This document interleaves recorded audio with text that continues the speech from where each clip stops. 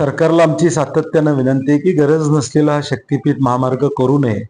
त्याच्याऐवजी हे पैसे चांगल्या कामासाठी खर्च करायला हरकत नाही असं मला वाटतंय. काल सेक्शन 3 ची नोटीस काढली अशी आमची माहिती आहे. अजून नोटीस आम्हाला हातात मिळाली नाही किंवा ती बाहेर अजून पडलेली नाही. कारण की परत 8-10 दिवसात सेक्शन 15 ची देखील नोटीस ताबडतोब निघणार आहे अशी माहिती आमची आहे. आणि त्यामुळे अजून देखील सरकारला फेरविचार करण्याची संधी आहे.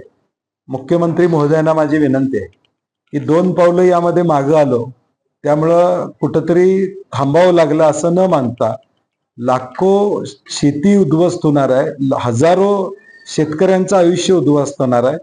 ते सावरण्याची संधी सरकारला आता 2 पावलं मागे येणार.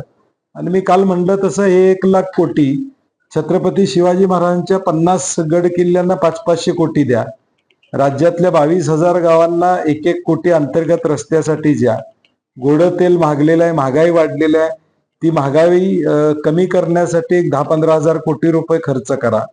त्याचबरोबर पेट्रोल डिझेल वाढलेलं आहे, ते भाव स्थिर ठेवण्यासाठी सरकारनं स्वतःचे 10-15,000 कोटी घालावेत. एसटी, लोकल बस यामधून सामान्य माणसं प्रवास करतात, त्यांना सवलतीच्या दरामध्ये प्रवास करता येईल का, अशी व्यवस्था या पैशातून करता येईल का. आणि जे बेरोजगार तरुण युवक युवती आहेत त्यांना नोकरी लागेपर्यंत एक 5,000चा स्टायपंड दिला तर त्याच्यावर 15-20,000 कोटी खर्च होतील. हे पैसे अशा पद्धतीनं खर्च करा की त्या राज्यातल्या जनतेला त्याचा उपयोग होईल. गरज नसलेला शक्तीपीठ महामार्ग हा शासनाने मागे घेतला म्हणजे आमचा पराभव झाला असं न मानता किंबहुना लोकशाहीमध्ये लोकांचा आदर राखला यासाठी तुमची इतिहासात नोंद होईल.